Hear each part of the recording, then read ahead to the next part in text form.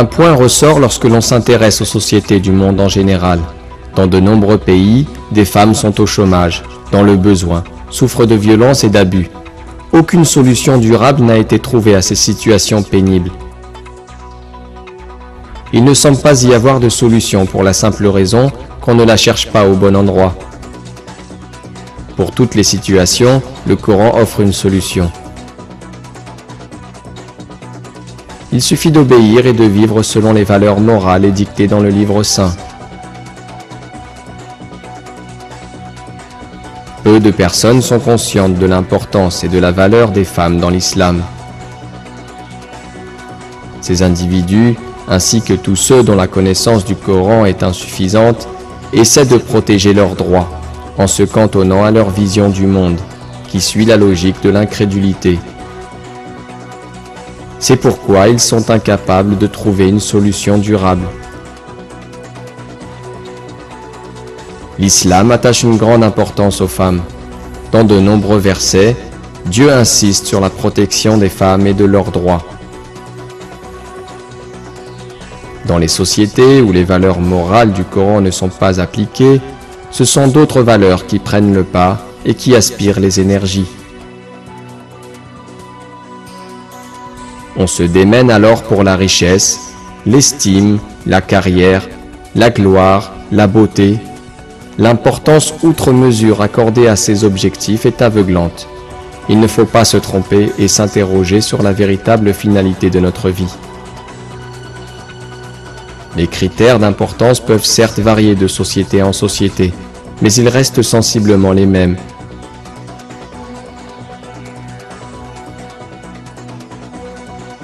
Ce sont ces mêmes critères qui sont à la base des débats en cours sur le rôle de la femme.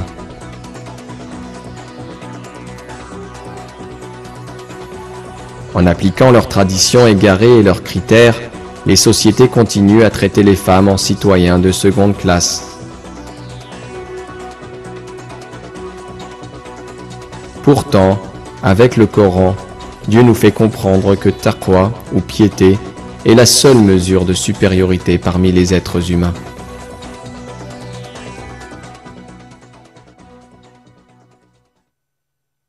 Ô homme, nous vous avons créé d'un mâle et d'une femelle, et nous avons fait de vous des nations et des tribus, pour que vous vous entreconnaissiez. Le plus noble d'entre vous, auprès de Dieu, est le plus pieux. Dieu est certes omniscient et bien informé.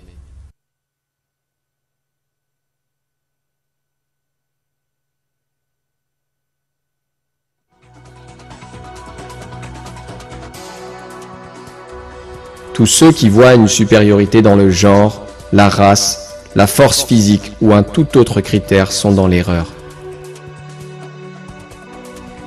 L'unique supériorité réside dans la foi et la taqwa, comme révélé par Dieu.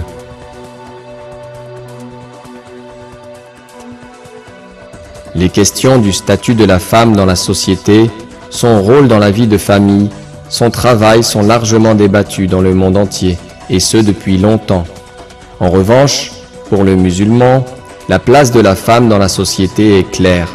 L'islam affirme simplement que l'homme et la femme sont complètement égaux et complémentaires. D'après le système de valeurs islamique, que l'on soit un homme ou une femme, ce qui importe c'est la soumission à Dieu, avec une foi profonde et une crainte respectueuse, ainsi que les efforts pour se conformer au Coran. Ce sont ces caractéristiques-là qui seront appréciées de Dieu. Les femmes qui s'attachent aux valeurs du Coran se consacrent non pas à la lutte pour l'égalité des sexes, mais à la concurrence dans les bonnes œuvres. Cette compétition démontre que les croyants consacrent leur vie à l'obtention de l'approbation de Dieu.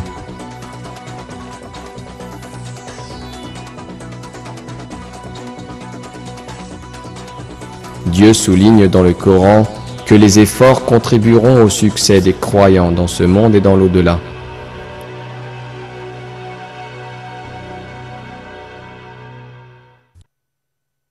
Ceux-là se précipitent vers les bonnes actions et sont les premiers à les accomplir.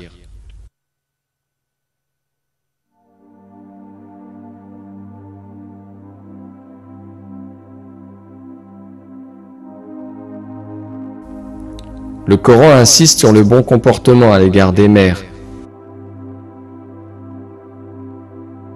Les parents font de leur mieux pour donner à leurs enfants une bonne éducation, un caractère agréable et un comportement adéquat.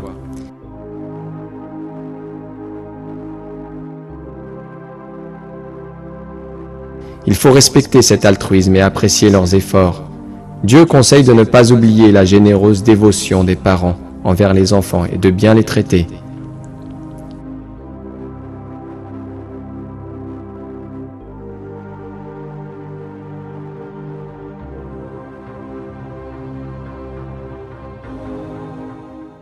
Et ton Seigneur a décrété, n'adorez que lui, et marquez de la bonté envers les pères et mères. Si l'un d'eux ou tous deux doivent atteindre la vieillesse auprès de toi, alors ne leur dis point « fi » et ne les brusque pas, mais adresse-leur des paroles respectueuses. Et par miséricorde, abaisse pour eux l'aile de l'humilité, et dis « Ô mon Seigneur, fais-leur à tous deux miséricorde comme ils m'ont élevé tout petit. »